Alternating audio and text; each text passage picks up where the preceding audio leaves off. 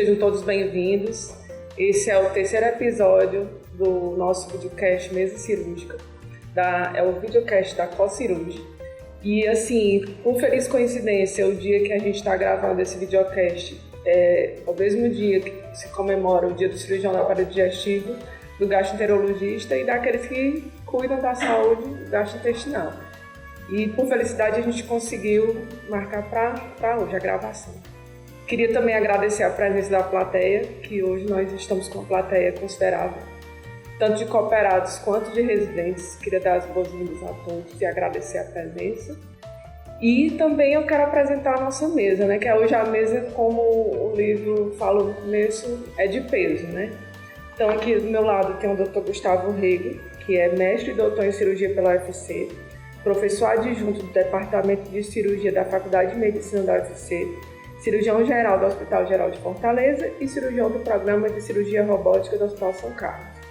Aqui o Dr. Eudes, que está do lado do nosso amigo Marcelo, o Dr. Eudes Pinho, que é cirurgião do Serviço de Cirurgia Geral Digestiva e do Transplante Hepático do Hospital Geral de Fortaleza, e um amigo aqui de CAD, Dr. Marcelo Castro, que é médico formado pela UFC, cirurgião do aparelho digestivo e preceptor das residências médicas de cirurgia geral do HUWC e do JF. E hoje o tema que nós vamos abordar seria via biliar, certo? E para começar falando de via biliar, eu acho que assim, primeiro agradecer, muito obrigada por vocês estarem aqui. Assim, eu me sinto particularmente honrada de dividir essa mesa com vocês. Estou muito feliz, estou nervosa também. Mas vamos seguir em frente, né? E assim, não teria, eu até queria também falar, né? A gente teria a presença do Dr. Paulo, mas infelizmente ele não pôde estar aqui com a gente.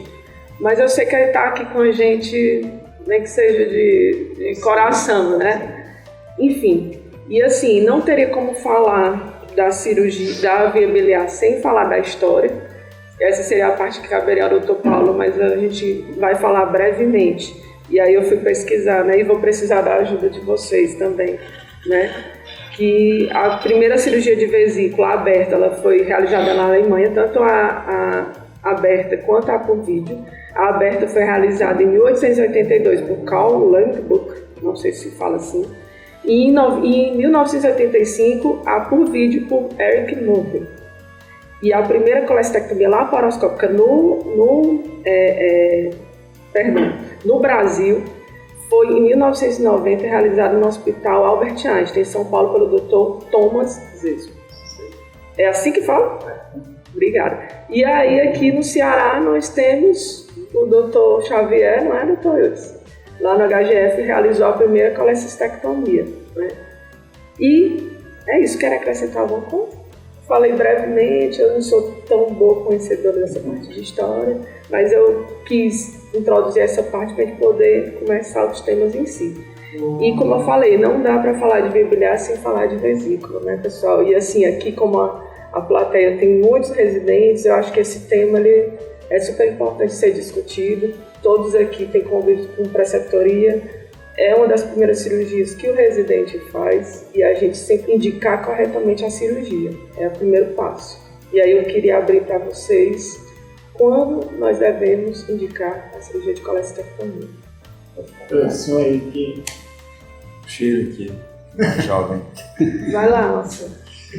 Não, primeiro agradecer ao convite, né, a estar participando. Eu acho que você fez uma pincelada aí bem importante da história. A gente não participou assim, presencialmente desse início, né? Nós já pegamos aí já a laparoscopia como sendo a cirurgia de escolha, que é a realidade hoje em dia, mas até algumas décadas atrás aí você tinha muita cirurgia aberta. Eu ainda peguei cirurgia aberta na residência, né, com alguma frequência, mas graças a Deus hoje em dia a gente está aí na era da minimamente invasiva, né, evoluindo para robótica, da laparoscopia para robótica.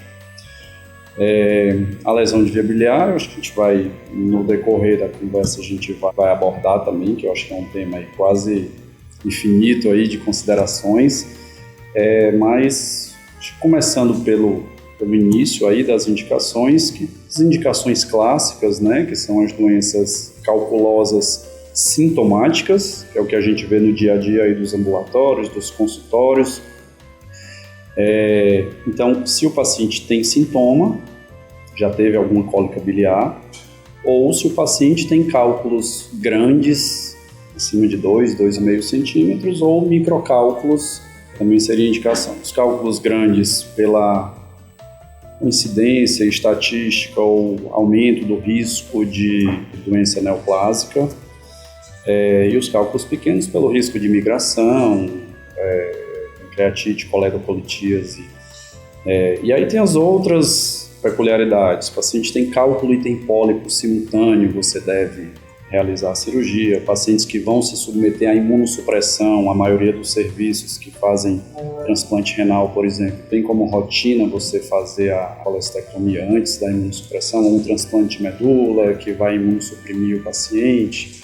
Eu diria que as principais indicações, né? Antigamente, os pacientes diabéticos que tinham um risco de uma colecistite evoluir com gravidade maior, você indicaria, que já não é como antigamente, né, essa indicação.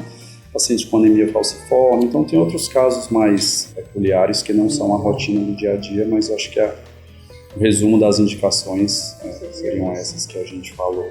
Eu queria agradecer então o convite da CoCirurgia, em nome da Litiane, né? Fez parte um pouco da formação dela e hoje a gente é colega de profissão. E hoje é um tema muito interessante, né? A gente está tratando de tema de via biliar, com o Dr. Eudes, que é o serviço de portas abertas, não só para as complicações de vias biliares, mas para as doenças da vesícula como um todo. Então, quem habita ali aquele ambiente do Hospital Geral sabe quão é constante e frequente as doenças de via biliar, colecistite, coletocolítíase, lesão de via biliar. Então, é um N gigante, né? Eu presenciei isso na emergência, quando eu fiquei 8 anos na emergência, e depois quando eu fui para a cirurgia letiva na enfermaria do Dr. Eudes e agora na enfermaria Parque. Então, é muito frequente a gente ver cirurgias para doenças da via biliar e da vesícula e também complicações relacionadas a essa cirurgia. E aí, eu, pensando sobre o tema, viu, Lidiane, eu trouxe uma frase que até postei hoje que achei interessante, viu, Lidiane? Que assim, o desprezo pela colecistectomia é o primeiro passo para uma complicação grave. É uma frase do professor Júlio Smith. Ou seja, a gente tem aquela ideia de que a colestectomia é a primeira cirurgia do residente, né, que inicia a formação. Mas o potencial de complicação dessa cirurgia é tão grande que talvez fosse interessante o residente ver todas as complicações para ele entender que não deve ser uma cirurgia menosprezada. Né? E aí vem a história das indicações, né? Como é difícil indicar uma colestectomia, né, num paciente assintomático, se é que é para indicar, né? Essa pessoa que ampla sobre isso. Mas você levar um paciente com uma cirurgia, que ele não tem nenhum sintoma, o potencial dele vir ter sintoma é muito baixo, né, durante a vida dele, e ele sair com a complicação de via biliar, que geralmente são complicações graves, é muito danoso, né? Então, a primeira coisa que eu acho que a gente tem que falar, quando a gente está falando de doenças benignas da vesícula, que eu acho que é o termo inicial aqui, é tentar desconstruir a imagem que a gente às vezes tem como formador de residente, e o próprio residente tem, de que a cirurgia da vesícula é uma cirurgia simples, é o pontapé inicial, e não é. E hoje a gente vê lá, né, doutor, no Hospital Geral, os residentes começam a aprender a operar já com casos muito difíceis. Eles não têm mais oportunidade de iniciar o treinamento da colestectomia numa cirurgia com vesícula saudável, né, uma vesícula com pouca inflamação. Então, não é incomum os pacientes entrarem pela emergência, principalmente do Hospital Geral, que é porta aberta, com uma colestite de 15, 20 dias, tomando antibiótico, rodando nas unidades de pronto atendimento. E aí, pactuou-se, não foi há uns anos atrás, junto com o Dr. Assis, que todo paciente que entrasse lá com colecistite que fosse internado, ele ia ser operado no mesmo internamento. Por que foi observado isso? Porque quando a gente tratava com antibiótico e dava alta, ele não conseguia se operar de forma eletiva. Eu me lembro de uma das reuniões de sessão com o Dr. Assis, o Dr. Eu, todo mundo lá presente, e aí ficou combinado que esse paciente tinha que ser operado. E o temor da gente qual era naquele tempo, né? Tem que aumentar essa taxa de complicação de vias biliares. E a gente não tem visto isso, né? Talvez por ser um hospital de excelência, com formação, com cirurgiões, mas a gente vê que o treinamento do residente ele é um pouco sofrido, porque eles operam vesículas muito complexas.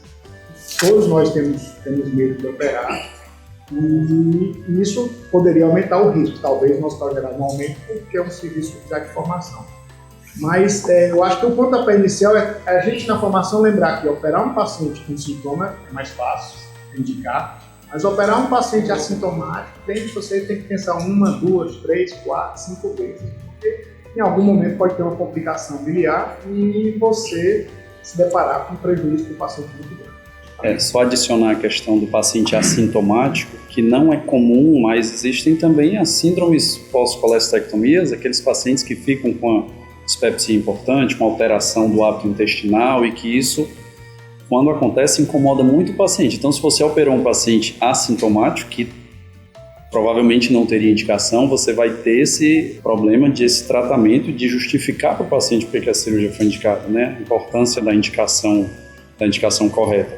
E no caso dos casos, Gustavo comentou aí, no SUS, normalmente você não opera esses casos mais simples, né? Pacientes que não tiveram sintomas ou que tiveram oligossintomáticos, ou o paciente entrou pela emergência com a doença complicada, ou o paciente está numa fila há muito tempo para a cirurgia eletiva e muitas vezes ele já teve vários episódios de colecistite, né? Então, por isso é importante, né, passar nas consultas, porque assim, justamente esses pacientes assintomáticos, você acaba tendo que conversar, porque assim, você pega um paciente que não sentia nada, você faz o procedimento e pode ter desde complicações menores até complicações maiores. Então, a importância de você, a própria consulta para passar isso. Do paciente. Pois é, eu gostaria muito de dar umas informações, né? Pois é. Que enriquece muito para quem vai nos ouvir. Primeiro, nós não temos condições de fazer todos os procedimentos de vesícula em lugar hierarquicamente aprendido o time. Eu falo isso sempre porque todo procedimento cirúrgico deve ser hierárquico em técnica e em decisões. Nós não temos condições de fazer todas as vesículas assim, nem temos também condição de fazer nem 30% de laparoscópica, porque as laparoscópicas são feitas só em lugares específicos. Isso para entender. A segunda coisa é que no livro ainda continua dizendo que você deve operar uma vesícula na fase enquanto está quente, que assim a tradução foi uma editorial belíssima no meio do 2000 e pouco do Annals of Surgery sobre vá lá enquanto está quente, é o melhor resultado, mesmo sendo laparoscópico, ou então esperar 6 semanas. Nós fizemos uma mudança dramática no Hospital Geral. Decidimos que todo mundo que internar, a indicação é se tem vaga no centro cirúrgico. Quando foi que você foi para a enfermaria? Foi em 2017. Nós começamos isso mais ou menos em 2012. Nós começamos. E para vocês terem uma ideia, assim, o experiente, fantástico, habilidoso, ele chegou da emergência na minha enfermaria e se queixou. Ele vamos fazer quando tiver vaga no centro cirúrgico e acabou. Isso porque, por causa do que ele acabou de dizer, da dificuldade que tem de manter nesse paciente. A outra informação muito interessante que eu queria dar a vocês: como é importante o lugar onde se está treinando para fazer essa cirurgia. Vou dar um exemplo. Eu tenho uma informação. O Hospital do Paulo Marques, eu sei que no ano de 2024 eles fizeram 1.200 e poucas colestectomias. E eu sei quantas, por exemplo, coisa grave eles tiveram, que eu tive envolvido em todas. Sim. Nulo, muito pouco.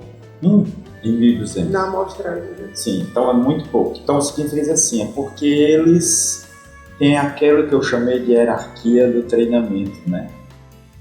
O HGF, o outro lado.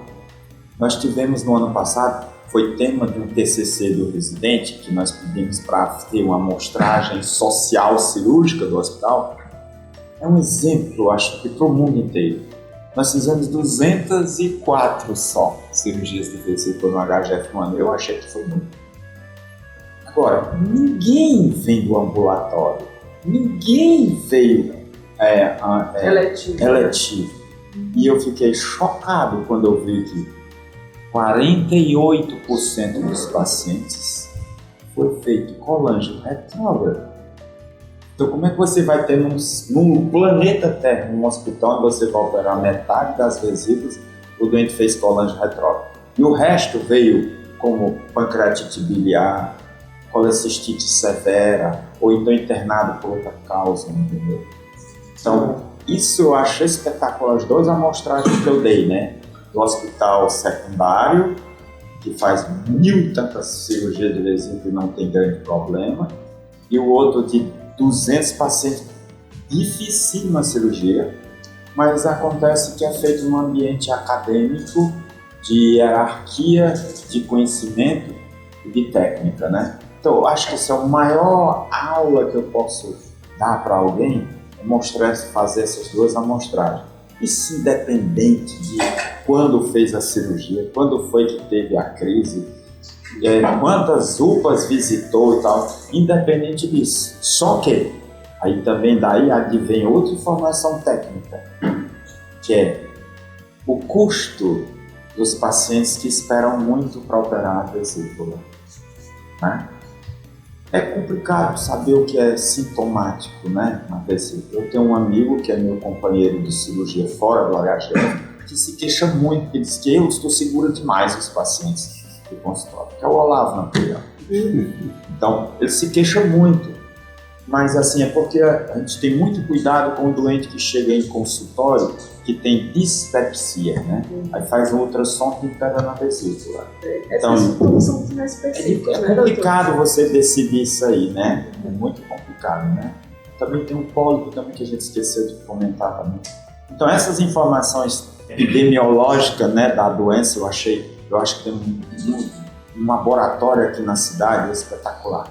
Um outro laboratório que eu queria dar, por exemplo, é como eu cuido com exagero de lesão de VBA há muitos anos, e aí eu tenho uma amostragem, dá mais ou menos em torno de 40% é laparoscópica, mas 70% é aberta. Então, olha como estatística é perigosa. Significa dizer que tem mais lesão de VBA quando é aberta. Não é interessante? Isso é um erro estatístico grave. Apenas quer dizer para a gente que essas lesões estão sendo feitas em lugares onde não tem aquela hierarquia, porque tem mais onde tem cirurgia laparoscópica. Sem condições técnicas, sem anestesia apropriada, sem iluminação apropriada, que é essa minha pesquisa. Sem iluminação apropriada, sem ajuda apropriada, sem anestesia apropriada, sem colângios para ajudar. Pacientes obesos também, porque o crivo acaba pacientes sendo de mais permissivo, né? Pois é, mas infelizmente eu sempre pergunto onde foi feito a primeira cirurgia, com calma, tenho muita habilidade quando abordo esse paciente para evitar problema legal, todo mundo tem informação para não bater nisso. E eu pergunto como foi feito, onde foi feito e tal. É cirurgia mais aberta, né? Então significa dizer que o nosso problema ainda continua sendo fazer esse procedimento, mas fazer esse procedimento com uma de segurança, né? Hoje em dia está se falando muito na colestectomia, o safe colestectomia segura, né? Está se falando muito nisso, olha isso, olha aquilo, olha isso, olha aquilo, entendeu? A melhor coisa que tem para dizer assim, olha tudo em volta. Não olha a vesícula e o que tem em volta dela, não. Não é as margens dela que você tem que olhar o que está. Entra no abdômen, olha onde está duodeno, ligamento hepatorenal, fígado. Aí veja assim a vesícula. Aqui está onde passa o segmento inferior do lobo direito, que a gente chama de Bouvier, fissura, né? Então, olha essas coisas mais ou menos e tal. Antes de começar a cirurgia. O segredo está mais ou menos aí, entendeu? E a assistência. Eu digo muito a eles que a minha maior... Os meninos no HGF, vocês sabem que fazem cirurgia muito complexas, né? Mas o maior teste que eu faço é quando eu boto eles numa vesícula, o R+, para fazer com o R-, sabe? Eu fico observando, não é quem está fazendo, não. É quem está... É o residente, mas para ver se ele está entendendo assim. Então, essa é a maturidade que tem que conviver com essa cirurgia. É difícil. Eu sempre conto uma brincadeirinha, sabe? Que eu ia contar lá fora, eu esqueci. Porque esse interesse começou no início da década de 90, quando a gente recebia dezenas de pacientes com lesão de bilhar no início da laparoscópica, todo mundo operando, aprendendo no paciente, né, de San Diego. Porque o centro de referência da radiologia intervencionista. Bom, E aí a gente estava descendo uma cirurgia e o chefe estava muito irritado, furioso. Um problema legal que ele tinha que responder, não veio que ele tinha acabado de operar. Quando a gente desceu, ele perguntou ao residente, acho que era R3, R4, perguntou onde é que estava fulano e tal, que era o residente mais velho. Aí ele disse, não, tá só terminando, é só uma vesículazinha. Aí o chefe enlouqueceu. Eu estou traduzindo por vesículazinha, mas na verdade é just a lepicol. Só uma laparoscópica assim, né? Just a lepicol. Então ele enlouqueceu, chutou a lata do bicho, enlouqueceu, bateu na parede, não foi? Todo mundo no hall querendo saber o que estava acontecendo por causa da simplificação de um procedimento que deve ser levado muito a sério. Então, eu ia até aproveitar o gancho que o senhor falou, porque assim, lógico que tem os casos mais complicados, né, de colestectomia, mas a gente também vê, muitas vezes, porque excesso de confiança, às vezes umas vesículas consideradas fáceis, às vezes pode cursar com lesões graves. Então, assim, eu também falo muito para os residentes quando eles viram staff, que eu gosto muito de vê-los tomando a responsabilidade. Porque eles veem o peso e a responsabilidade que é você assumir o paciente e ser o responsável daquele procedimento. Por mais que a gente veja casos muito complicados, que no SUS a maioria são pacientes já há muito tempo na fila, às vezes no próprio HPM, que é onde eu trabalho também, a gente pega pacientes que são, assim, que chegaram há pouco tempo, foram diagnosticados recentemente e que, na verdade, já aconteceu de ter lesão de viabilidade com vesículas consideradas fáceis. Então, a gente nunca pode menosprezar o procedimento de colestectomia, né? Porque desde as mais difíceis, às vezes eu acho que o pessoal tem mais cuidado na difícil e menos cuidado na fácil. E aí é que mora o perigo. Então, a gente tem que ter esse cuidado também, né? Lidiane, só fazer uma consideração aí, uma pergunta para o Gustavo, para o Dr. Eudes. Eu acho que chega até a ser uma questão ética, às vezes, como treinar o residente na cirurgia aberta quando você tem disponível no serviço uma cirurgia laparoscópica universalmente nos maiores serviços, né? E aí a gente pode, a conclusão do treinamento da residência, às vezes sem ter feito nenhuma, ou uma cirurgia aberta dentro de um outro procedimento maior, ou dentro do trauma, às vezes no trauma a gente tem a oportunidade de fazer uma cirurgia com anatomia normal, né, que a gente não, praticamente normal, que a gente não faria. Então, como eu comentei, na minha residência eu tinha um staff que ele tinha como rotina a cirurgia aberta, era ótimo pro R1, era ótimo no começo do R2, que a gente tinha aquele dia, era o dia de felicidade, porque a gente ia fazer a cirurgia aberta e estava tudo certo, porque já era a rotina do serviço. Então eu acho que aí é uma indagação que a gente tem nas residências, né? Será que a gente pode selecionar alguns pacientes e oferecer essa cirurgia, uma fila diferente, ou se vai ficar para o trauma e para as outras casos, né? Essa pergunta do Marcelo é bem capciosa, né? Eu penso assim, primeira coisa que você não pode determinar uma cirurgia por necessidade de treinamento, né? Então assim, eu não posso determinar que eu vou fazer uma colestectomia porque eu tenho que treinar o residente, eu tenho que fazer porque precisa ser feito, né? A gente sabe que uma boa parte hoje, pelo menos em Fortaleza, das colestectomias são feitas por laparoscopia, né? A minoria é feita aberta, salvo quando tem uma emergência, suspeita de um tumor, uma colestite complicada, durante uma cirurgia abdominal com uma gastrectomia que o paciente tem uma colelitíase ou uma indicação dessa. Então eu acho que a gente vai ter que se acostumar com a menor taxa de cirurgias abertas. Como é que a gente pode minimizar para que esse cirurgião não tenha complicações nas abertas, né? Acho que assim, o conhecimento anatômico ele é o mesmo praticamente. O treinamento é menor, mas a padronização é muito parecida dos pontos anatômicos. E eu acredito muito em padronização, sabe, Marcelo? Que eu acho que é uma coisa que a gente está perdendo um pouco, até quando a gente treina os residentes. Que é você seguir as sequências clássicas, né? Vai fazer o pneu peritônio, vai fazer a passagem, então vai olhar a cavidade, olhar os pontos anatômicos. Às vezes a gente pula etapas, talvez por achar que é uma cirurgia mais simples, e isso pode trazer erro. E, infelizmente, eu acredito que a gente vai realmente ter um treinamento menor em cirurgia aberta, mas eu acredito que se o novo cirurgião tiver um treinamento e reconhecer os passos, marcadores anatômicos, conhecimento anatômico, um treinamento mais laparoscópico e minimamente menos aberto, né? Mas quando tiver necessidade de fazer aberto, ele saiba fazer. E ter a responsabilidade, que é o que a Lidiane falou, eu acho que ele vai conseguir a colestectomia aberta também. Então, infelizmente, estão mudando, as gerações estão mudando, as ferramentas cirúrgicas estão mudando e algumas coisas vão mudar. Por exemplo, eu me lembro que a apendicectomia era praticamente há quantos anos atrás, 15, 20 anos atrás, era feita aberta em todos os hospitais de Fortaleza, seja público ou privado.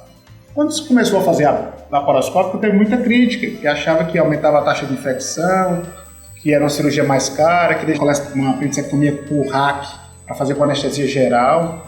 Hoje em dia, praticamente nos hospitais privados e nas emergências que tem laparoscopia disponível, não se faz mais apendicectomia aberta. Salvo exceções, quando o cirurgião da emergência não está treinado, doente séptico, assim vai, mas todo mundo busca fazer. E não quer dizer que o residente de formação não vai mais saber fazer uma apendicectomia aberta. Até paradigmas que era da apendicectomia aberta, que é sepultar o coto do apêndice, na laparoscópia ninguém sepulta mais, bota um clipe lá e acabou, né? Então são coisas que realmente é a evolução da cirurgia. Então acho que vão se fazer menos colestectomias abertas, mas se ele seguir os preceitos de formação, que faz parte de todo o ato cirúrgico, eu acho que não vai ter prejuízo. Então acho que vai ser natural isso aí, não tem como correr. Não sei se o doutor pensa diferente, mas eu só não acho que a gente não pode propor uma cirurgia que não tem indicação. Uma coisa que às vezes eu escuto falar, o doutor já ouviu também, é a tal da cirurgia tática. Esse mesmo, tática, né? O cara está operando uma retinoidectomia e vai tirar a vesícula porque foi tática. Eu disse, poxa, aí eu fico tentando entender por que ele saiu do colo para a vesícula. Tinha um cálculo dentro? Não, é porque... Não foi. Porque é a história do treinamento. Mas eu acho que isso não deve ser feito. Ele deve ser feito se tiver indicação. E assim vai... Eu acho que a solução, pensando no treinamento, é exatamente essa. É aproveitar, pelo menos o que eu tento fazer, aproveitar todas as oportunidades, como você citou aí, de uma gastrectomia. Você vai fazer uma gastrectomia total e optou por causa da linfadenectomia, entendeu que deve tirar a vesícula, tem colelitias, e aí quando você vai fazer, diz, não, deixa você aproveitar aquele momento para o residente que ainda não tem aquele treinamento naquele procedimento de fazer, ou até no trauma, né? Às vezes eu já operei pacientes no JF, não tinha nada de grave, de achado, e tinha uma lesão na vesícula. Foi excelente para o paciente, para o residente. Né? Foi excelente para o residente, ele fez a vesícula aberta. Então acho que é aproveitar as oportunidades que surgem para a cirurgia aberta. E só um outro detalhe, Gustavo, eu acho que a gente ainda tem um volume grande de cirurgias abertas, mas em centros que não são de treinamento, né? Nos pequenos hospitais do interior, das pequenas cidades, que voltam um pouco naquele tema da lesão de via biliar pelas condições que o paciente foi operado, né? Mas eu acho que ainda tem, mas o residente não tem a oportunidade de treinar nesses centros, porque são centros menores, né? Mas até aqui em Fortaleza, lá dentro, que eu acho que eu já rodei muitos hospitais aqui, no próprio Hospital da Mulher, a gente teve a oportunidade de fazer, lá não tinha vídeo laparoscopia. E nós recebíamos residentes do Valdemar de Alcântara, lá eles tiveram treinamento, a gente chegava a fazer, sei lá, uns 50 vesículas por mês, abertas. Então, assim, mas a maioria dos cirurgiões lá já tinha muita experiência. E mesmo com os residentes começando, eu sinceramente, eu não lembro de ter relato de lesão lá. Mas aí era oportunidade, né? Assim, mas lá os pacientes precisam ser operados, né? Lá tem um serviço que tem cirurgiões treinados, mas infelizmente não tinha vírus. Aí vamos fazer cirurgia aberta, né? Não era o ideal, mas era o que... Mas para o paciente que está doente, né? Eu gosto de dizer que o paciente quando está doente, ele quer saber se ele não vai morrer da cirurgia, depois ele quer saber se vai ficar bom da doença, e por último, se for aberta por robô, por laparoscópica, né? Ele quer ficar bom da doença de base, né? Exatamente. E aí eu queria não tinha, faz aberta. Né? Eu queria até aproveitar o porque assim, o padrão ouro é a colestectomia videolaparoscópica, mas há situações em que a cirurgia aberta meio que vai se impor, né? E aí eu queria aproveitar esse gancho, já que a gente chegou na parte da cirurgia aberta. Quando a cirurgia aberta estaria indicada nesses pacientes? Colelitias e outros problemas, que até puxa também o gancho dos pólipos, né? Que a gente não... A Marcela citou, e eu fui uma das pacientes que foi operada de vesícula por pólipo e cálculo, mas a gente sabe que tem outras indicações. E a gente pode puxar essa parte para os pólipos, mas também falar da possibilidade de quando a cirurgia aberta estaria indicada, preferencialmente sobre a laparoscopia, se existe essa indicação formal. Jogar pra mesa aí, né? Também é que era preferível que fosse aberta essa pergunta, Isso. né? Tem uma eles vão- indicação formal, então eles começa vão- ela aberta. Não, eles vão enfrentar isso muitas vezes, mas assim, eu posso citar uma que é no nosso ambiente, né? Assim, é um luxo você ter um paciente com uma grave colestite subaguda crônica, a ictérico, e vem pela emergência e o endoscopista botou uma prótese. Não tem cálculo na Bíblia, botou uma prótese. Inflamação no ligamento hepatoadenal pelo infundido. Isso é um luxo quando você tem isso. Mas nem sempre você tem. Por que é um luxo? Porque é um luxo porque você pode, num ambiente onde é treinado, time, você pode tentar por vídeo. E aí a gente sempre tenta por vídeo, mas eu já tenho uma proteção, eu tenho uma prótese azul. Então, aí a gente começa, normalmente, não é nem na vesícula, começa no infundido, cortando logo e tirando a pedra que está lá e tentando enxergar a prótese, que ela está protegendo a gente. Aí a gente pode partir ali, fazer um teste em cima da prótese, fazer a colestectomia. Mas nem sempre é assim.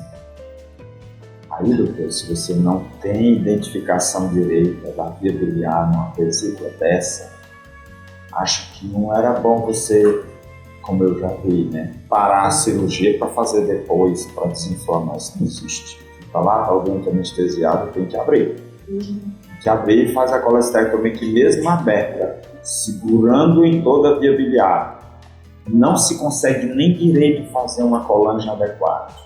Funciona-se às vezes em cima do ligamento hepatoadenal, na agulha, para poder injetar contraste e fazer uma colange, para aliviar a anatomia, não é nem cálculo, é aliviar a anatomia.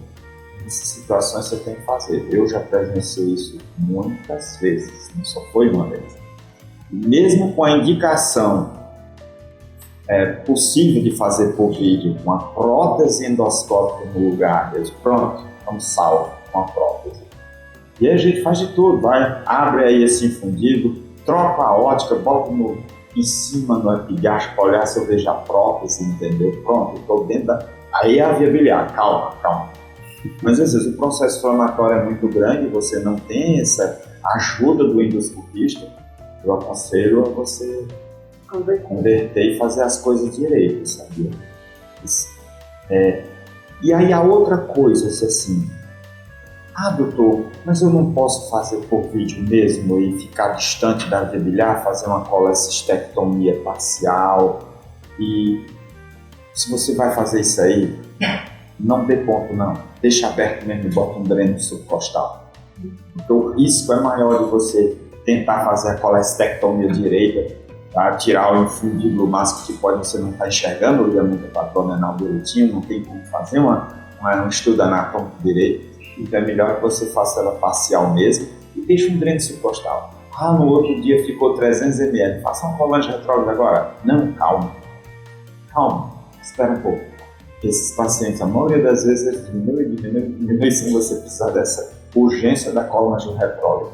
Então, no espaço como nós temos, em alguns lugares aqui, né, no Fortaleza, temos a colange retrógrada, um pessoal muito experiente. Mas são essas situações que você tem que pensar e que deveria fazer aberto. Já houve situações assim, que eu disse, por nada, o laboratório não, direto é aberto mesmo esse negócio. Entendeu? Então, já houve situações assim. Então, para eu ir, eu só faço igual se o endoscopista for botar uma prótese nesse paciente.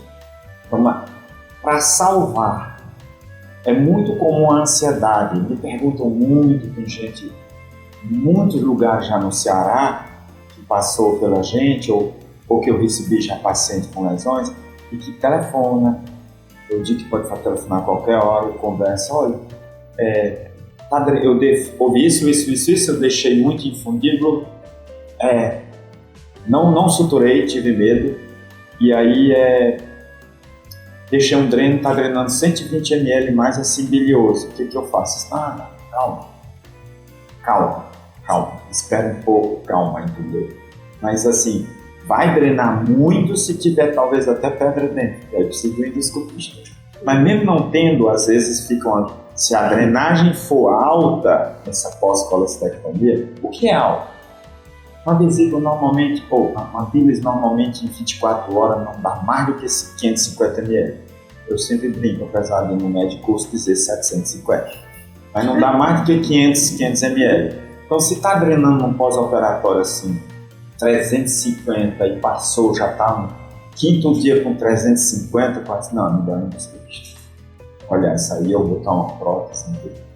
São essas as situações que vocês vão enfrentar numa colestectomia difícil, que pode ser feita aberta, tranquilamente. Outro, qualquer dificuldade não é doença converter.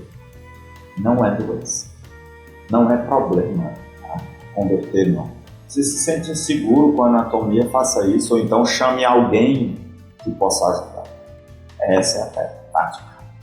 Diana, ainda nessa sua pergunta, eu vejo duas situações, além do que o Dr. Eudes falou, eu vejo duas situações que são situações que a gente pondera mais o que é que vale a pena, né? Uma lesão com alta suspeita de ser tumor, com alta suspeita de ser maligna, e mesmo nesse caso, eu acho que você começa por laparoscopia, confirma o aspecto da tomografia ou da ressonância, você vê lá, confirma, palpa, realmente eu acho que é maligno, porque às vezes tem um pólipo grande que tem uma grande suspeição de ser tumor, se você começar aberta e você chega lá e diz, nem era aquilo que achava, você perdeu a oportunidade de fazer a cirurgia por vídeo que poderia ter resolvido, né? Outro caso que a gente vê mais em hospitais do SUS também são aqueles pacientes que já têm uma doença da via biliar principal importante, com a coledocolitíase, uma dilatação grande, que você não tem o treinamento, não tem a experiência para fazer uma exploração por vídeo com derivação segura, às vezes um paciente idoso, pneumopata, que não vai suportar um pneumoperitônio mais prolongado, e aí nesses casos eu acho que às vezes você pode considerar, eu acho que vai ser mais resolutivo para esse paciente fazer uma cirurgia mais rápida, uma cirurgia sem um pneumoperitônio, se eu sei que já sei que vou ter que derivar e em alguns casos eu acho que é mais resolutivo. Acho que são as situações que eu vejo. Acrescentar que o Dr. Eudes falou e o Marcelo, que é também a disponibilidade de recursos, né? Você não pode deixar de tratar uma doença com uma colelitíase porque você não tem uma torre de vídeo 3D, um verde, seja como for. Então a doença tem que ser tratada. Se for por vídeo, ótimo, mas por exemplo, estou no hospital que não tem torre de vídeo, eu não posso. Se eu tenho uma fila de cirurgia geral, e pacientes que estão na fila têm que fazer a cirurgia aberta dele, né? Às vezes você tem disponibilidade de recursos porque naquele mês a CPRE está quebrada, ou está quebrada a CPRE, eu estou com um doente, eu não vou deixar ele um mês esperando para fazer a CPRE daqui a um mês, para fazer a vesícula daqui a 15 dias por vídeo. Então você vai resolver, é uma forma até do residente fazer a colestectomia aberta, você vai resolver de maneira aberta, vai explorar a via biliar e vai. Então, eu acho que além da doença, né, se é uma colestite complicada, com coledocolitíase ou não, se é uma suspeita de um tumor ou não, a gente ainda tem que lidar, isso é até difícil de entrar na cabeça dos internos. Você fala na visita e toma outra ação, né? Que você tem que lidar com os recursos que você tem disponível naquele momento. Então, a doença tem que ser tratada. Se puder ser tratada por vídeo, por robô, ótimo, mas tem que tratar a doença do paciente, tem que poder ir para casa. Então, também é uma forma de você indicar uma cirurgia aberta e não tem desmérito nenhum, faz parte. Eu acredito que uma grande parte dessas cirurgias ainda no Brasil, e boa parte dos países tropicais, dos países tropicais, são feitas ainda de maneira aberta, né? Então, faz parte, né? Felizmente ou infelizmente faz parte, mas o objetivo final é tratar a doença, né? Um aspecto que o Gustavo lembrou bem, que a gente ainda viu na residência, mas que é muito raro, é quando você tem que operar a papila aberta, né? Sim. Quando você não tem a CPRE, porque a gente já fez a residência depois que já tem a CPRE, então a gente viu alguns casos na residência, né, de indicar a cirurgia aberta, não pela colestectomia, mas porque você teria que operar, não é nem um paciente que ia ser derivado, é um paciente que ia ter que operar a papila, né, fazer esfinteroplastia. E era a alegria do residente, né, porque você vai ver uma cirurgia que você tem a oportunidade de ver ali toda a anatomia, aquela cirurgia que hoje em dia praticamente não é feita, né. Mas eu acho que é outra indicação. Assim. Você falou da conversão, deixa eu só, eu queria fazer uma referência aqui. Eu me lembro que as primeiras colestectomias que eu fiz, eu achava que eu nunca ia dar certo, né? Foi com o Dr. Hein, que eu queria até registrar, e com o Dr. Eugênio Lincoln. E eu sou canhoto, né, originalmente. Agora é que eu opero com a direita, mas é meio confuso às vezes. E eu me lembro que eu terminei a cirurgia com a câimbra na mão, que eu disse, não, isso aqui não dá pra mim. Nunca vou conseguir fazer uma colestectomia por vídeo. E aí eu acho que é importante até registrar aqui no vídeo que a paciência dos preceptores é muito importante na formação. Então a gente só ensina residente porque a gente foi ensinado por alguém. Sim. Se a gente não tivesse sido treinado, ensinado por alguém, a gente não ensinava ninguém não, porque é difícil ensinar. E a laparoscópia eu ainda acho que é mais difícil do que a aberta, porque não tem como você pegar na mão e botar a mão pra cá. Tá lá o Hulk lá ligado a 50 e você tem que achar que vai no ponto certo. Na aberta, né, você coloca a mão e ajuda. Então, assim, você ensina porque você foi treinado. Então, por isso que eu quis registrar aqui o Dr. Eugênio e o Dr. Hein, porque realmente eu agradeço muito a eles a paciência que eles devem ter tido comigo. E ele falava uma coisa muito interessante, Dr. Hein, quando você pensa em converter, já era para você ter convertido. Sim. Ele fala assim. Se você está pensando em converter, você já perdeu tempo, já era para ter convertido a cirurgia. Então, eu gravo isso comigo até hoje, né? Uma frase interessante que eu queria registrar. Não, tranquilo. E o senhor falou uma frase que eu lembro muito, que a minha primeira vez que eu convido com o Dr. Fernando Siqueira, que eu trabalho com ele hoje em dia, né? E ele sempre fala, toda vez que eu disse, Dr. Fernando, sou que me ensinou a minha primeira vesícula por vídeo. Aí ele dizia assim, Lidiane, ensinar laparoscopia residente é difícil, é muito difícil. Eu disse, professor, é isso mesmo. Hoje em dia eu sei mesmo.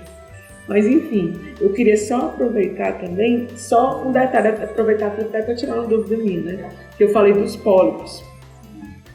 E no caso dos pólipos de vesícula, né, a gente já sabe que acima de 1 centímetro é mandatório você fazer a colestectomia. Mas tem um limite de tamanho em que o mais seguro seria começar logo a cirurgia aberta, fazer logo a ressecção em bloco? Tem um valor limite ou não existe isso? Tem características que a gente tem que observar para poder indicar logo a cirurgia por vídeo ou aberta, que seja? É uma dúvida que eu tenho. Depois tem várias considerações a fazer, sabe? Primeiro, você tocou num fator inicial de tamanho, sabe? Isso é uma análise apenas retrospectiva. Quem primeiro fez isso foi o japonês e a gente sempre ficou copiando, depois os alemães.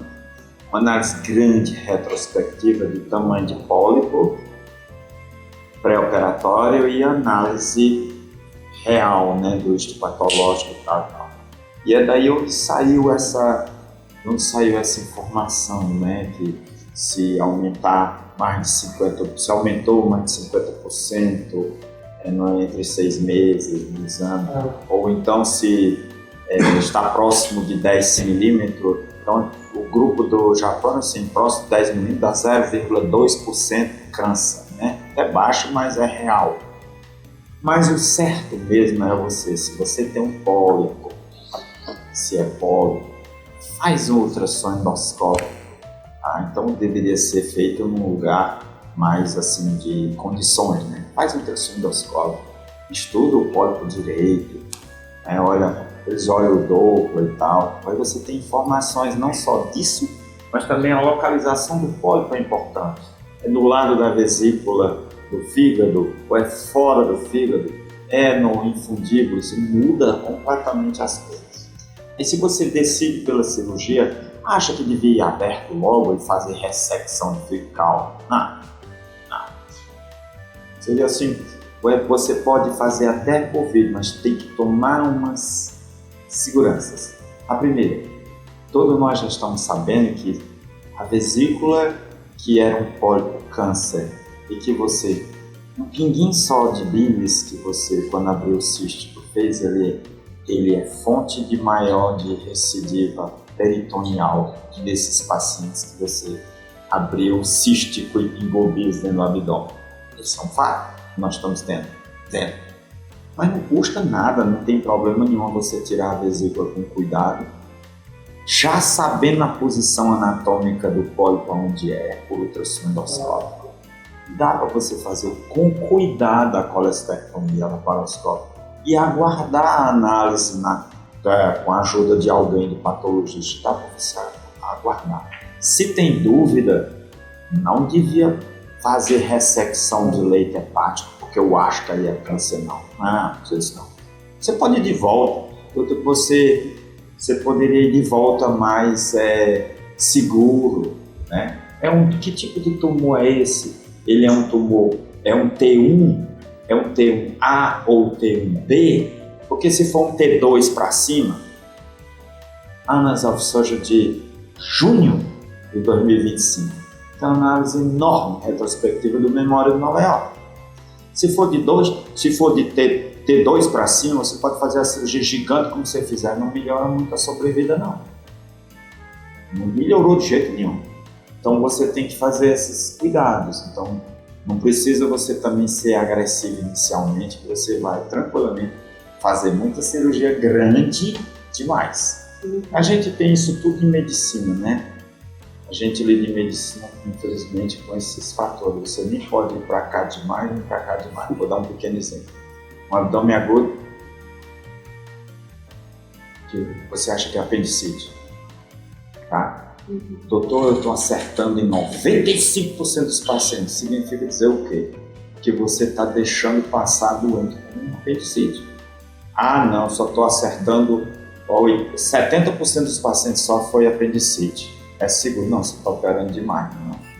Então você tem que ter isso. Em medicina, que é biologia, você ter o erro é aceitável se for 20%. 20% é um erro aceitável, né? Matemática é 10 elevado a menos 10. Não é? Então esses julgamentos é que é importante. Aí exige experiência, atitude pessoal, personalidade, né? Educação, alma de quem está fazendo cirurgia, exige todos esses aspectos. Quer complementar alguma coisa? Não, acho que o doutor Eudes falou, né?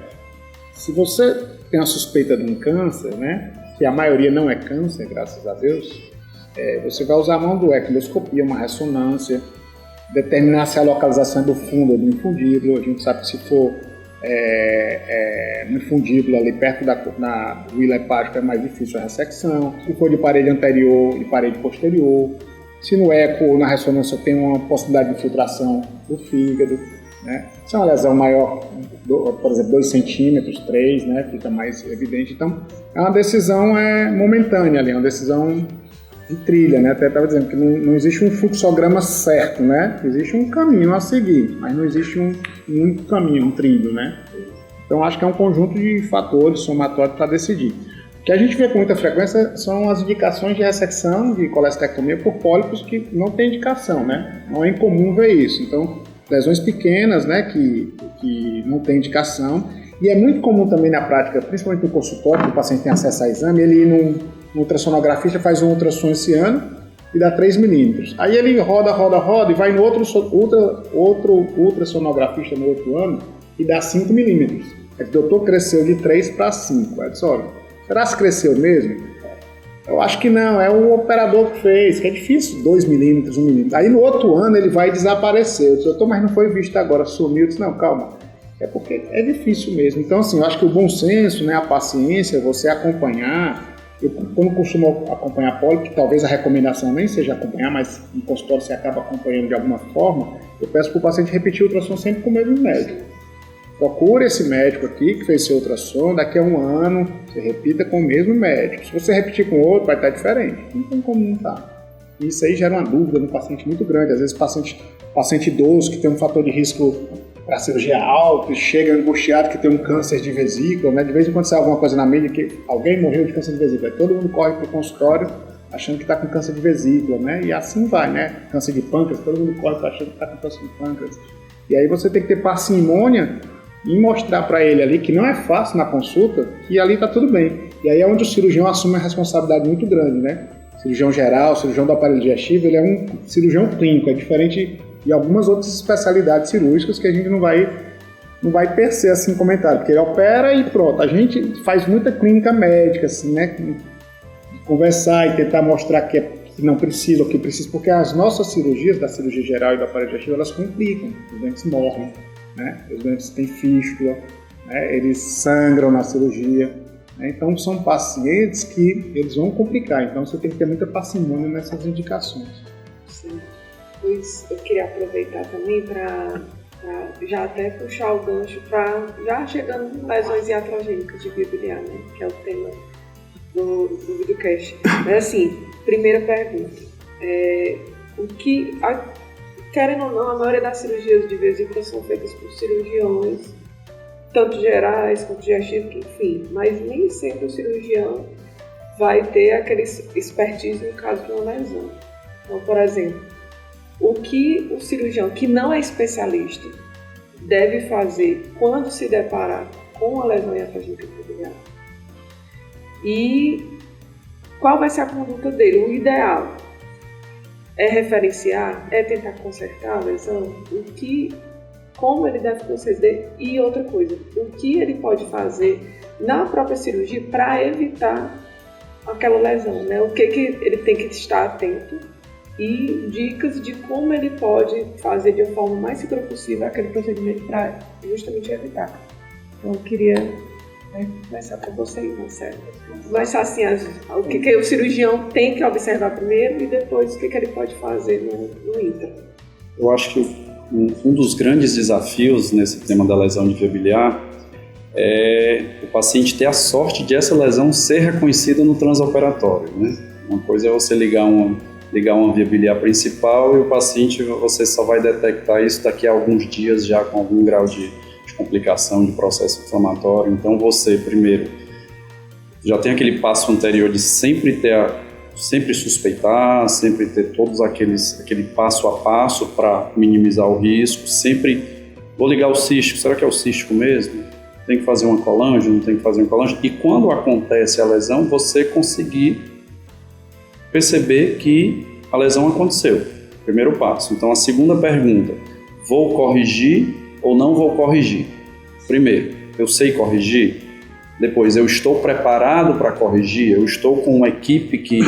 Uma coisa é o melhor cirurgião do mundo, se ele estiver sozinho operando com um interno ou com um residente que está no primeiro dia da residência, eu acho complicado ele corrigir. Então, graças a Deus, no nosso meio, a gente... Quando você não está preparado, não tem uma equipe preparada, você tem alguém, um colega que está do lado, um colega que está em casa. Da Cossirurgia, eu não lembro que era... Não opere só, coopere. Não opere só, coopere. Esses dois eram muito fortes, né? Eu acho que não sei se você está falando. Então, às vezes, você vê as equipes, as melhores equipes que tem...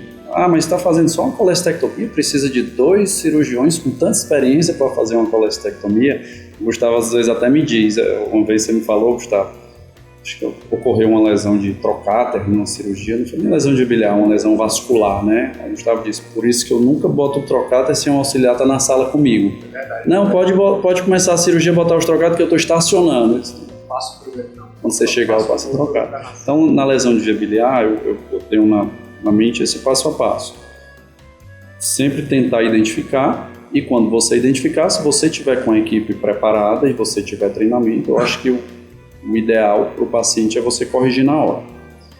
Não perder, não tirar a ideia da cabeça também de que, apesar de uma doença benigna, você sempre tem em mente que aquela é a chance do doente, né? Quando você falou mais cedo, o Dr. Wiggins fala que o paciente nunca mais vai ter saúde, talvez ele não tenha mais nem vida se você não corrigir direito naquela vez e tenha que refazer o reparo, ou ele termine lá no transplante, ou ele evolua mal. Então, acho que é isso, avaliar o hospital se tem condição, avaliar o seu treinamento, avaliar a equipe que você está, e na prática você tem às vezes muita oportunidade de pedir ajuda.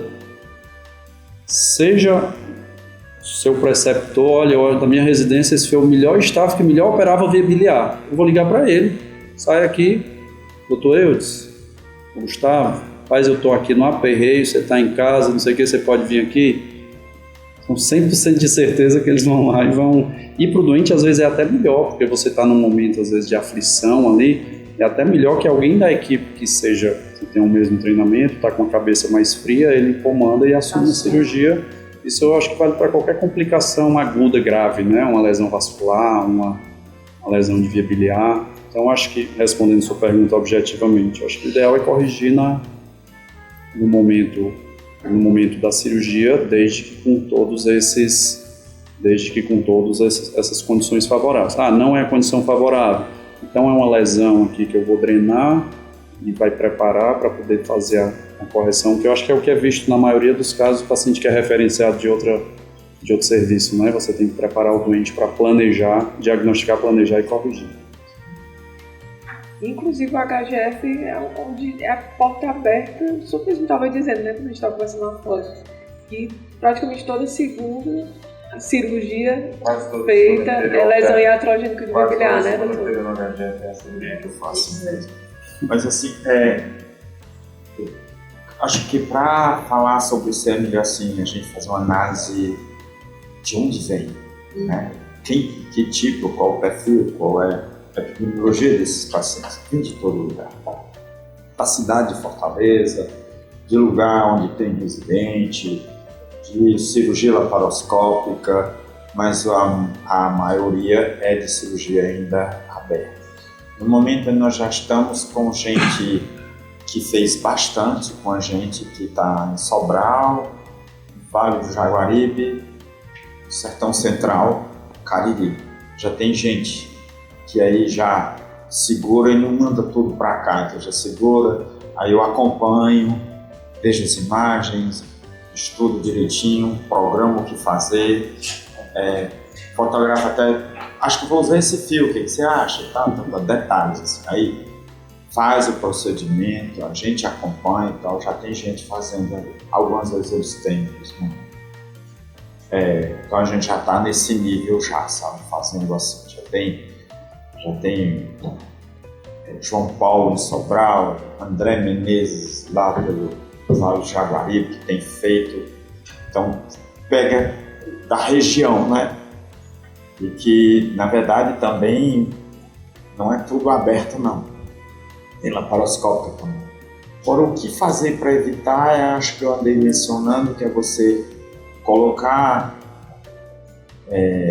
o que você tem de melhor para produzir o melhor resultado quanto possível. Significa dizer o quê?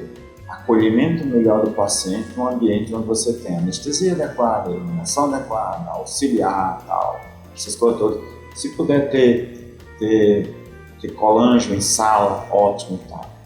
Mas qual é o perfil, na verdade, desses pacientes que a gente vê com lesão biliar? São vários. O problema dessa doença é exatamente isso, é que a heterogeneidade é muito grande. É muito heterogênea. Essa é uma das razões que eu mais detesto, é classificação de fulano de tal, 1, 2, 3, 4, Beltrano e tal. Isso é uma grande bobagem, porque na verdade você está falando em altura de lesões, não está falando sobre a gravidade da lesão. Eu não sei de onde surgiu essa ideia do começo, aí eu saio repetindo, né, no mundo inteiro as besteiras, né, as classificações, como se isso fosse descrever a realidade, não descreve. Para dizer uma coisa a vocês, nós temos, dos que a gente cuida, em estatística média mais ou menos, dá 60%, e do ano passado para cá, de junho do ano passado para cá, foi 100% vascular associado. Então, vascular associado à hepática direita, hepática comum, ou ramo portal direito, ou porta direito. Então, nós temos tido muita lesão vascular associada. E aí, assim, e não só isso, mas você tem a heterogeneidade do doente. Qual? Coleção, infecção, sepsis, insuficiência hepática, tá? Então tem várias variáveis esses pacientes. Não dá para você classificar. Não dá para chamar de coisa, botar nome de gente, 1, 2, 3, 4, 5, 6, não dá. Acho que a melhor artigo que eu vi na minha vida, até hoje, de um desses cidadãos que tem número lá de classificação, foi no Annals of Surgery, um editorial dele falando sobre a péssima qualidade de vida do paciente com lesão biliar complexa, esse Strasberg. Então, assim, era uma editorial que eu acho que ficou muito bem. Bom, aí o que você vai fazer? Então, você vai fazer, eu acho assim, se ele reconheceu na hora, muitos reconhecem, Mas quanto mais atrasado o lugar, mais um conjunto de não seriedade, eu acho, não sei, é difícil julgar essas coisas, mas eles não reconhecem. Aí é sofrimento depois da cirurgia que é reconhecido, não é assim, Gustavo? Mas assim, pessoas mais treinadas, entre os melhores, todos, eu vou dizer o perfil desse como é o melhor. Viu que tem a lesão, normalmente existe plano. Quanto mais é mais fantástico o grupo que está na vesícula, mesmo chamando alguém que está no hospital e tal, eles ficam muito emocionalmente abalados, entendeu? Muito. Então, me telefona às vezes muito angustiado. Muito. Aí eu oriento-se, calma, dá uma olhada se dá para colocar. Não, tá saindo só deles. Então é o seguinte, deixa um dreno subhepático. Acabou-se. Pronto, não faz nada. Aí a gente vê com calma. Aí, se você tem certeza que não dá para fazer isso aí, a gente faz e fica orientando. Tem algum lugar assim específico e tal que você pode? Não, eu acho que está transectado. Então assim, mas às vezes essa é o perfil de quando é num ambiente assim. Também em Fortaleza também, eu já fui em centro cirúrgico por pânico, entendeu? E por ansiedade demais. Então não adianta a ansiedade demais. Assim. Então, se puder ter sempre alguém para ajudar, melhor. Porque a outra coisa, uma boa informação epidemiológica. Se você tem sucesso na primeira abordagem dessa doença, o doente tem mais sucesso. Porque o doente que dá mais dificuldade é o doente que é pior é o doente que já fez bilhodigestiva e está fazendo episódios de colangite de repetição. Dr. William Lohmeyer já dizia que um doente só aguenta 5 a 8 episódios por ano de colangites subclínicas durante mais 5 anos para chegar na cirrose. Né? E até esses pacientes que não tem jeito, que vai para a cirrose final e que vai para transplante, até esses doentes é uma tragédia, porque eles não atingem mel de ligeiro. É colangite interna. Agora já tem uma nova lei que você, se puder registrar os episódios de colangite mais de... eu não sei, eu esqueci esses números, não sei se é 3 em 6 meses. 2. Pois é, então se você... Mas se você tem que ter essa documentação, entendeu? E o doente está no interior, não sei o que, não tem essa documentação e eu não consigo colocá-lo para adquirir pontuação no MELD, entendeu? Sim, mas então eu só dizendo um exemplo, que em todas as fases eles sofrem muito. Sim. Aí tem aquele que operaram e não viram nada e o doente é reoperado por causa de uma ascite biliar. Aí lava a barriga e tal, bota dreno, fica a fístula, tá? E tem alguns que eu vou ser sincero, tem uns que eu fico muito angustiado, é porque estão fazendo muita colangio retrógrada. Se você tem uma doença dessa, eu não sei por que pensam logo no endoscopista para fazer uma colangio retrógrada, entendeu?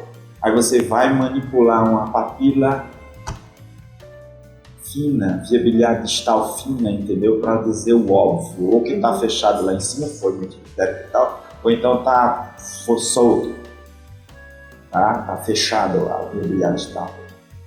Calma, não manda para endoscopista fazer colangio retrógrada, estuda primeiro a via biliar. Função de endoscopista ou colangio ou radiologia intervencionista é quando você tem integridade de via biliar. Para você saber disso, precisa com calma estudar direito, senão você faz mais tolice ainda fazendo exames que não são adequados, entendeu? Então, essas coisas, o que tem me prejudicado muito nos pacientes são essas coisas. Uma, conduta inadequada nas lesões. Muito ruim. 2, lesões combinadas vasculares. ansiedade. Precisa ser muito maluco. Não. Lesão vascular pode acontecer e ser, inclusive, a causa de tudo foi a lesão vascular, entendeu? E aí, assim, com pessoas experientes, eu tenho notado que não era para ter lesão vascular, né? Foi com pessoas experientes que têm tido muita lesão vascular associada. Ou seja, eu suspeito que a lesão da via biliar foi por causa da lesão vascular, e não o contrário. Entendeu? Então são essas coisas que tem que ver quando vai resolver isso, porque são muito heterogêneos os pacientes. Muito. Fazer como o meu chefe fazia. Drenos, e ele tinha até um slide quando dava as palestras, eu dizia assim: espere. Não, nós fazemos igual a colestiva. Chegou no hospital, vai para o mapa de cirurgia e acabou-se, entendeu? E a gente vai, e aí assim, tem excesso, tem tudo. Não. Fazer a bilodigestiva mesmo, mulher que fez, e a gente vai, já está com tudo feito lá, e a gente vai acompanhar o problema daí para frente, entendeu? Se eu vejo que tem lesão, já é segunda, terceira vez que eu vou operar, ou tem lesão vascular séria, neles eu já deixo preparado o endoscopista e não radiologia intervencionista, que eu não gosto deles. É muito ruim a qualidade de vida dos pacientes. O Ricardo sabe disso, a gente tem muito doente junto. É muito ruim a qualidade de vida dos pacientes com colante ou com catéter percutâneo em via biliar. E o endoscopista é melhor. Então eu preparo o endoscopista como? A gente faz o Y de Roux na via biliar onde está, sempre preservando o máximo que pode. Como? Diferente do que eu fui ensinado. Meu chefe pegava, dissecava no ligamento hepato-adenal onde estava a lesão e entrava de fibra dentro. Aí ressecava o que eu chamava de fibrose e fazíamos a anastomose desses 2, 3 canais, tá certo? Não. Evite isso. Já está definido a vascularização e tudo, então vá acima sem dissecar o ligamento hepato-adenal. Entra no fígado, que eu estava falando na foto, tá? Baixando a placa iliaca e tenta preservar a parede posterior, une 2 canais. Tenta fazer isso aí. E se você acha que vai dar zebra no futuro, deixa o endoscopista entrar. Como? Quando você levar o Y de Roux, deixa esse cajado, eu sempre coloco a anastomosando no duodeno ou no estômago. Faço uma anastomose de 1,5 cm, 2.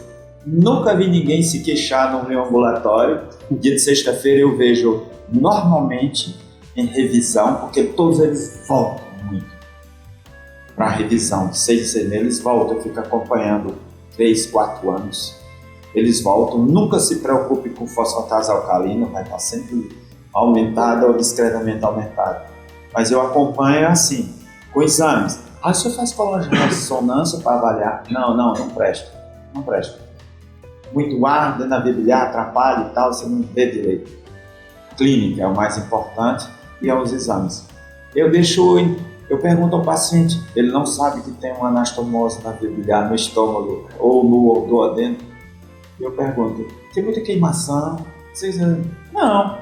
Então eu sempre pergunto. Porque o endoscopista entra lá. Agora o problema tem que, se for necessário, tem que avisar o endoscopista que existe isso, é para lá que ele vai, não é na papila, porque senão ele faz uma tragédia. Já tivemos, entendeu? De tentar cateterizar a papila, tentar e sangrar e quase morre. Então, já alguns, não é um não. Então, explicar ao endoscopista que ele vai procurar a anastomose no estômago, no antro em cima ou no duodeno em cima. Eu normalmente aviso no pedido, boto bem grande. Aí o endoscopista entra lá, pronto, facilita. É assim que a gente faz. Mas não é todo mundo que a gente faz. É naquele doente que já foi operado muitas vezes, tem muita fibrose ou tem muita lesão vascular, entendeu? Já perdemos doente O resultado tem sido espetacular, mais do que eu imaginava, tanto que eu fico surpreso.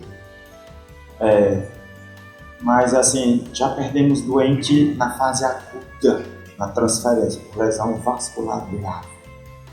Nesse momento, o penúltimo, né, foi transferido assim, de Sobral, com lesão de porta e artéria, enfim, péssimo, mas tá bem, viu? Tá bem. Eu acho, Vinícius, só que uma coisa que é importante para quem está operando é que você nem deve se desesperar, nem deve menosprezar. Né? Porque aí, se você se desespera ou se você menospreza, aí são onde as complicações vão acontecer. É tentar fazer o simples possível, né? E tentar ou corrigir ou transferir, mas sem desespero e sem menosprezo. A cirurgia nunca fala de complicação própria, né? Eu tive duas. Tive duas que eu recordo bem, porque eu participei. Uma foi uma colestectomia por vírus no HU, a gente teve uma lesão de ducto hepático, e a gente conseguiu corrigir naquela hora lá. Deu um pontinho com Vicryl e tal, resolveu. E outra foi no HGF, uma lesão operando, tinha uma veia porta direita bem extrahepática, colestectomia por vírus, e aí a porta direita era extrahepática, na hora que era uma colecistite daquelas padrão, né, inflamado, padrão HGF, e aí na hora que o Hulk vinha aqui que a gente vinha com o Hulk aqui embaixo da vesícula, pegou um raminho, provavelmente portal, e sangrou muito. Eu não me lembro quem era na época o presidente, acho que era o Alisson, estava comigo na cirurgia, sangrou muito, eu e ele lá, e na hora que a gente fez? Converteu, botou a mão no hilo, segurou o hilo, abrimos lá o paciente, aí deu um pontinho lá na veia e parou de sangrar, né? E resolveu. Então assim, nem se desesperar e nem menosprezar, né? Então quem opera colestectomia e opera colestectomia complicada, seja como for, vai ter em algum momento se deparar com uma situação como essa, ou uma lesão biliar, ou uma lesão vascular. Você vai com calma e tenta resolver. Se não dá para resolver, não menospreze. Liga para o centro de referência, bota um dreno, encaminha, cola na família, cola no doente. Eu costumo dizer que o doente, quanto mais grave, mais você tem que estar perto. Mas é um mecanismo natural da gente, né, todos? Quando o doente fica grave, a gente tem que se afastar, né? É um mecanismo natural, né? Até como se fosse uma defesa. É o contrário, né? Se o doente está grave, você tem que se policiar para ir lá. Vai lá no HGF, vai lá no Hospital das Clínicas, no César Caso, vai visitar o doente, fala que é o que protege a gente, é o que resolve no final, o que é importante que o doente fique bom. Então, eu acho que é nem se desesperar e nem menosprezar. Se você opera via biliar, vai ter complicação, porque é volume, você faz 1000 por ano, você vai ter. E aí é você tentar contornar da melhor forma possível, né? E colar no doente. Tem que colar. E diante da heterogeneidade, né, que foi citada aqui na mesa, dos tipos de lesões, né? A gente vai desde que a gente vê, né? Desde drenagem, desde colocação de dreno de Kerr, vida digestiva, e chega até transplante de fígado, né? Então, assim, é uma coisa até que a gente chama a atenção, né? E eu até pedi para saber a casuística dos serviços, né, da HGF e do Hospital das Clínicas, de quantos pacientes nesse tempo de serviço que tem em ambos os hospitais, a casuística de pacientes com lesões iatrogênicas que necessitaram fazer o transplante. Eu queria jogar para vocês também. Posso falar, até a gente, o Zé Francisco, eles fizeram uma publicação, a gente na época tinha 10 transplantes de fígado por lesão de via biliar. Agora a gente está com 15, né, que vem referenciado. Dos 15, 4 foram a óbitos. Né? Eram dos 15, 14 mulheres, tinha um homem. E eu não me lembro a proporção aberta da laparoscópio, mas a maioria era aberta mesmo. E o que era interessante quando foi analisar esses dados, que a maioria dos pacientes eles tinham pelo menos 3,5 intervenções. Cirurgia ou CPRE, ou seja o que for. Então, a maioria dos pacientes tinha uma média de 3,5 intervenções. Então você vê que é um abdômen altamente manipulado. Outra coisa também que chamou a atenção era o tempo entre a cirurgia e a necessidade do transplante. Geralmente a história é longa, como o doutor fala, é sofrível. O paciente sofre bastante. Não é uma cirurgia que ele operou agora, 6 meses depois ele fez um transplante. Não é, são 2 anos, ele vai no serviço, busca um TFD para outro estado, aí reopera em algum canto, passa uma prótese. Então é uma história muito sofrida dessas pacientes, que a maioria são mulheres. Taxa de transfusão no transplante sempre muito alta, maior do que a média, porque são cirurgias com muita aderência, né? Então, não, o transplante, eu gosto de falar que o transplante do paciente com lesão via biliar, devido a essa história de várias intervenções, os fígados cirróticos grandes, são transplantes bem complexos, são mais difíceis do que vários outros que a gente faz. É à toa que tem essa mortalidade. Então, assim, toda vez que a gente for operar uma vesícula, lembrar que se complicar, ela pode evoluir com um transplante e pode ir a óbito, né? Pode ir a óbito até antes do transplante, uma sepse abdominal dessa aí. Então, não é uma coisa tão rara, né? Lógico, 15 é pouco, mas se você pegar na população de pacientes, não é tão, porque a doença é de quem tem, né? 15 é pouco, mas se eu tiver um caso é muito, né, para mim, né? Então é você lembrar que esses pacientes podem evoluir muito, muito ruim e geralmente são cirurgias bem complexas, inclusive o transplante, apesar, alguns têm hipertensão forte, outros têm hipertensão forte leve, né? Mas são cirurgias já muito manipuladas, então não são fáceis de fazer, são transplantes bem complexos. Esse é o ponto que eu estou falando, né? Porque esses pacientes têm múltiplas cirurgias e o transplante é péssimo. Mas eu tenho que explicar uma coisa a vocês. Isso aí a gente está falando bem transplantar. Nós temos 6 pacientes de HGF de transplante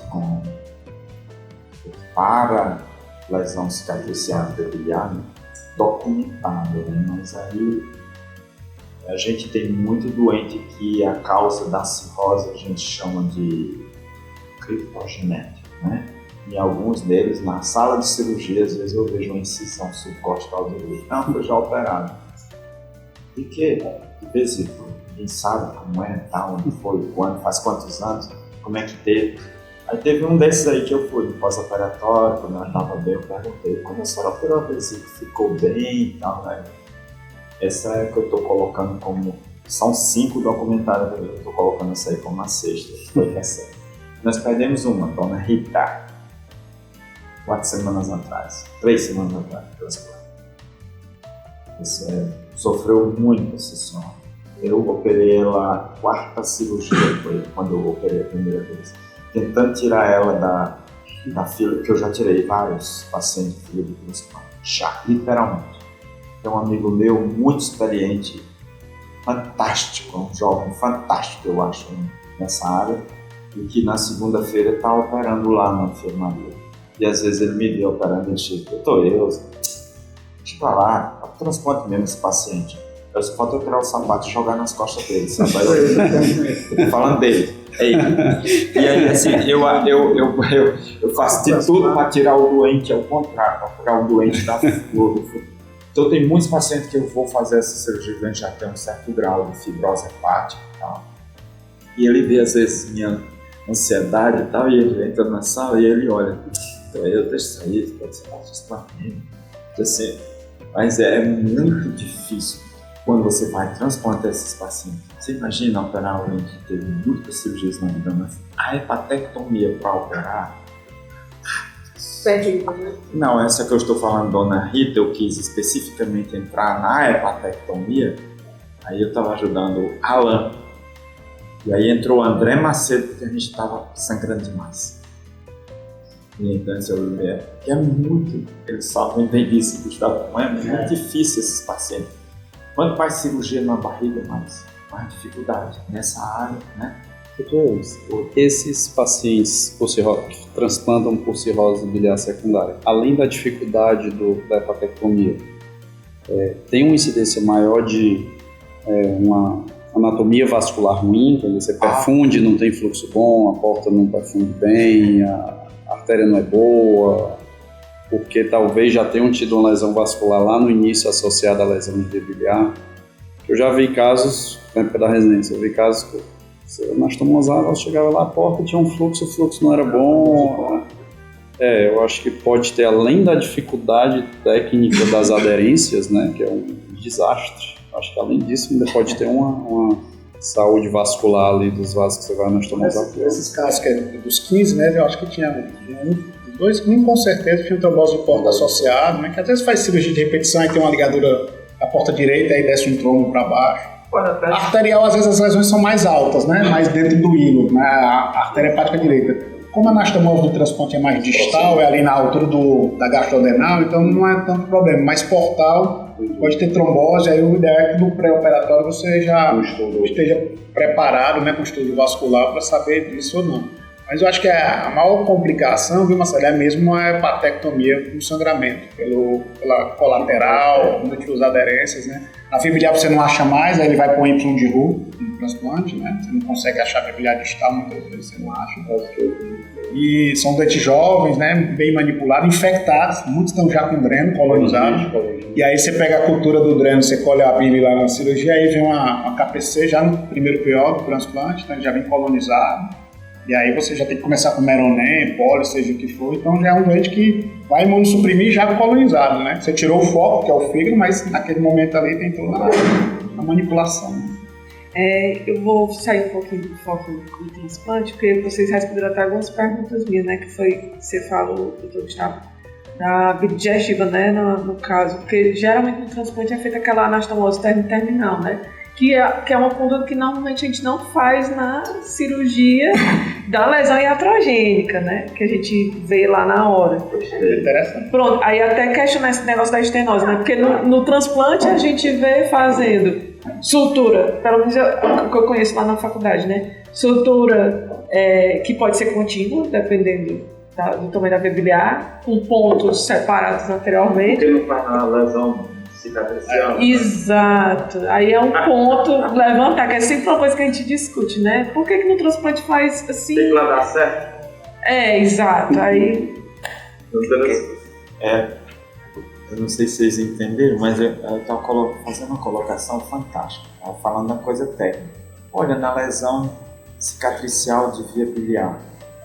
Na lesão aguda de via biliar. Transectou a via biliar todinha. Nunca é só botar a tesoura e cortar. O problema é porque você desvasculariza, né? Aí fica meio desvascularizado. Mas doutor, será que não dá certo só botar um dreno de Kerr saindo abaixo da lesão e debridar e estruturar? Não. Existe muita gente que andou até publicando sobre isso. O índice de complicações é grande.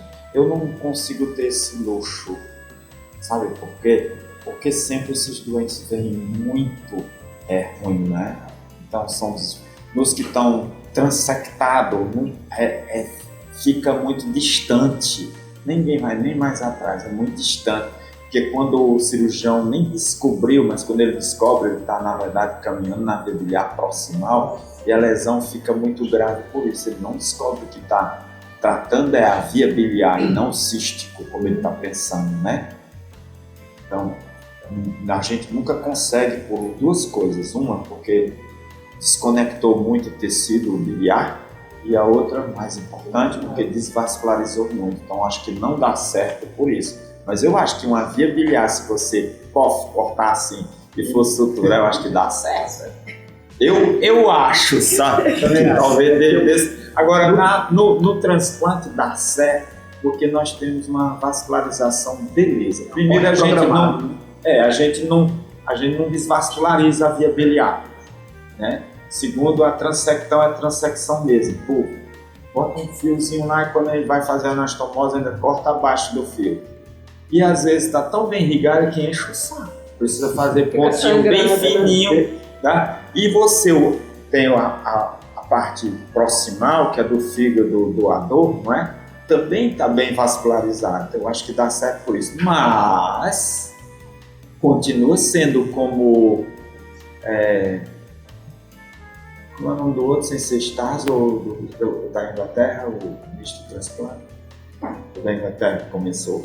Então, sim, como dizia o Boycal, assim, o problema, o tendão de Aquiles ainda continua sendo o calcanhar. O calcanhar de Aquiles do transplante ainda é a via biliar. Talvez seja esses aspectos, sabe?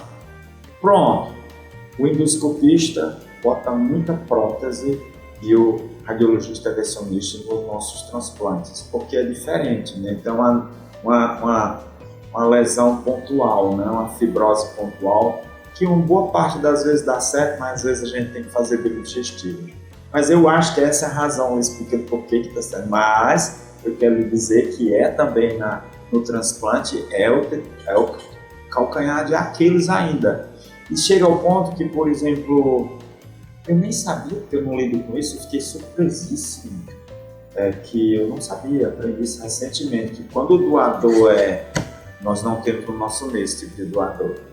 Doador coração parado, DCD, circulação sem circulação. Esse tipo de doador, que é muito frequente na Inglaterra e no Canadá, a lesão com as complicações de VBLE é muito mais altas. Muito mais altas. Da isquemia, né? Eu acho que não sei se é castigo de Deus. Porque não ouviu, né? Então, ouviu, mas eu acho que talvez seja questão vascular. Em resumo, eu acho que a VBA é fundamentalmente dependente de uma boa irrigação, segundo Terre Blanche, né? Aquela arcadazinha de 3 horas e 9 horas, 3 horas e 9 horas, né? E aí, assim, eu acho que ela é fundamental. Então, não dá certo na lesão do VBA, porque nunca é uma transecção cortada. Sempre é uma desvascularização.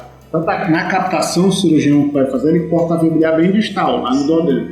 E na hepatectomia do receptor, você corta a VBA dentro do fígado. Então, a VBA sempre sobra. Então, você transecta onde quer, e aí você faz isso aí. Então, isso é uma coisa que é diferente de uma lesão. Uma lesão iatrogênica. E eu me lembrando agora o que o senhor falou, quando o doutor começou a fazer o transplante de fígado aqui no Ceará, eu era o residente, né, da enfermaria.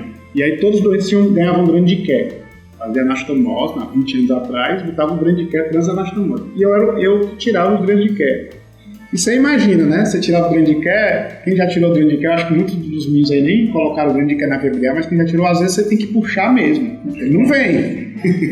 E aí, durante com 15 dias do transplante, eu tinha que puxar o grande de quer, né? 15, 21. No começo era 15, depois a gente aumentou, porque a imunossuprimia e fazia fístula. Ele foi de todo jeito. No começo era 15 dias, aí quando eu tirava não fechava de jeito nenhum. Depois 21 dias, aí que a gente deixou de usar. No começo era ponto contínuo, depois ponto separado. Na verdade era ponto separado e agora é contínuo. Mas o que é que eu quero falar? E aí, quando a gente ia puxar o grande de quer, não tinha dificuldade. A gente vomitava às vezes, nauseava, porque ele vinha duro aqui. Então era um device, né, que se usava muito, que hoje se usa menos, né? No transplante não se usa praticamente mais. E nas lesões também iatrogênicas se usa pouco, né? Não é comum usar. Assim, você não vê de rotina o pessoal usar, até porque a qualidade também dos drenos de quer não são boas, às vezes tem que ter uma experiênciazinha para colocar na emergência, então não é comum usar. Então era um equipamento, você podia perguntar, o cirurgião geral hoje sabe colocar um dreno de quer na VBA, talvez a maioria nunca tenha colocado, né? Porque foi passando, né? São fases, né? Eu tirava o dreno de quer, todo dia que eu tirar, o rapaz vai ser um sufoco. Eu tinha que dizer pro doente que ia ser tranquilo e não era, né? Eu puxava aqui, ele não vinha, nauseava, tinha dor, não adianta anestesiar, porque não dói na pele, dói lá dentro, né? Aí quando acabaram o dreno de quer, eu achei ótimo. Porque são 3 que tem no HGF, recentemente eu usei. Às vezes eu uso, sabe? Dreno de quer? Eu vi sim, eu vi o Douglas aí, né? Pois é, eu fiz o Douglas usar, mas não é um dreno de quer. Eu peço o dreno de quer, mas não é o dreno de quer que eu usei, um pedacinho só e abro. Um pedacinho como moldezinho, que a anastomose estava muito fininha, e eu botei para ele não pegar a parede posterior. Essa foi a razão. Mas a gente usa assim, mas não o dreno de quer mesmo, né, na Bíblia. Eu nem lembro quando eu fiz, mas acho que nem tem mais. Eu fiquei surpreso que tem no HGF dreno de quer. Eu olhei até o calibre escrito em inglês até, eu fiquei surpreso. Made in China. Gente, deixa eu só interromper vocês. O assunto tá muito bom. Assim, eu acho que se a gente pudesse, a gente ficava a noite todinha aqui discutindo, porque eu ainda tinha perguntas. E eu ainda juro que eu estava com medo de não ter perguntas suficientes, mas quando eu fui vendo o tema, eu disse, rapaz, tem muita coisa para discutir. Mas eu queria só aproveitar que a gente já está quase extrapolando o tempo, para aproveitar um temazinho que vou jogar aqui para o Dr. Gustavo, que é o papel da robótica nessa cirurgia da vesícula e das vias biliares, porque até foi uma coisa que o Babadop citou no último videocast, que foi o papel da robótica na cirurgia da vesícula nos pacientes obesos, que ele citou. E aí eu queria aproveitar esse gancho para a gente poder finalizar. Eu peço desculpa interromper, mas é porque assim, aqui a gente pode discutir, é um assunto muito extenso e muito bom também, e é muito bom ouvir vocês falando. Então, Vamos só pedir só Eu tenho uma visão, viu, Lidiane, assim, muito otimista com a medicina com inteligência artificial e robótica. Eu tenho uma visão muito otimista, né? Por que eu tenho uma visão muito otimista? Porque eu acho que o fator... quem já viu uma cirurgia robótica sabe que é uma cirurgia que você volta a simular o movimento dos punhos do cirurgião, que na laparoscopia você não tem, né? Então, assim, eu estou falando não só da cirurgia da vesícula, eu estou falando de uma maneira geral, depois eu vou falar da vesícula. Você volta a simular os punhos, o movimento do punho, você tem uma visão 3D, né? Você opera sentado, com boa ergonomia, tem muitas vantagens. A grande desvantagem é custo, não tem dúvida, porque é um custo desproporcional da maioria dos países no mundo e assim que isso faz com que essa tecnologia vá caminhar lentamente. Até eu falei lentamente, mas eu me lembrei agora da Sobracil, que foi agora recente, tinham 5 plataformas, só aqui em Fortaleza, tinham 5 plataformas robóticas lá. Então, com a quebra dessas patentes e novas empresas investindo na robótica, eu acho que o custo vai cair, mas em países subdesenvolvidos como o nosso, isso deve demorar um pouco mais. Mas conversando com o próprio Dr. Eudes, que tem um filho que está nos Estados Unidos, ele me falando que é muito comum lá hoje, no programa de cirurgia geral, fazerem colestectomia robótica. Até como treinamento, que aí é que a gente tem que ter cuidado, né? Treinamento da robótica como ponte para as outras cirurgias complexas em robótica. Então, assim, eu sou muito otimista que vai evoluir para isso. Eu ajudei o Rodrigo em alguns casos. O Rodrigo acho que fez a primeira colestectomia robótica que eu fiz lá no Monte Clínico. Aí, pacientes obesos, ele operou um Rodrigo, paciente de 200 quilos, não tem que fazer uma bariátrica, não. O Rodrigo, não, ele não quer bariátrica. O cara com colestite. Aí a gente entrou por robótica e o cara não queria fazer bariátrica, eu não queria. E aí fez uma robótica que foi muito boa. Então, assim, o que é que eu acho? Eu acho que não tem volta. É uma ferramenta, assim como a laparoscopia, quando chegou, eu me lembro que eu me considero jovem, mas eu peguei um pouquinho da transição, que nem todo cirurgião fazia laparoscópio, que aí quem não fazia, dizia que era muito ruim a laparoscópio, que era caro, o clipe, e aí muitos cirurgiões tinham um afastadorzinho com foco na ponta, assim que eu não lembro o nome, e aí fazia cirurgias pequenas, assim, era muito legal. Fiz algumas com o Dr. Rock. Era muito legal, fazia com incisão pequena. Mas você vê que fazia com cirurgia com incisão pequena, mas com a chegada da laparoscopia e o avanço não justificava mais fazer. Mas no começo, quem vivenciou isso aí, sabia que a laparoscopia teve um certo receio, teve uma resistência, né? Assim como a robótica, mas é questão de tempo. Então, assim, a nova geração de cirurgiões, não tem como eles não treinarem robótica, né? Aí o preço vai cair, vai ser democratizado, vai ser uma ferramenta útil para treinamento, né? Com essa tecnologia de intercontinental, 3G, 5G, 6G, então você pode ter uma plataforma robótica num local que não tem cirurgião habilitado, eu posso estar com um console treinando outro lá, então eu acho que é o futuro, não tem volta, o limitador é o custo, mas é uma questão de tempo de se baratear e virar uma prática comum, eu acho que é o caminho, mas o custo ainda proíbe um pouco. É isso aí. Doutor Eudes aí quer complementar. E vesícula vai ser, daqui a alguns anos, vai ser por robô. Não, mas laparoscopia é mais barata. Mas vai evoluindo. Os braços vão ficar mais finos, o robô mais leve, o custo mais barato. Vai acabar virando tendência.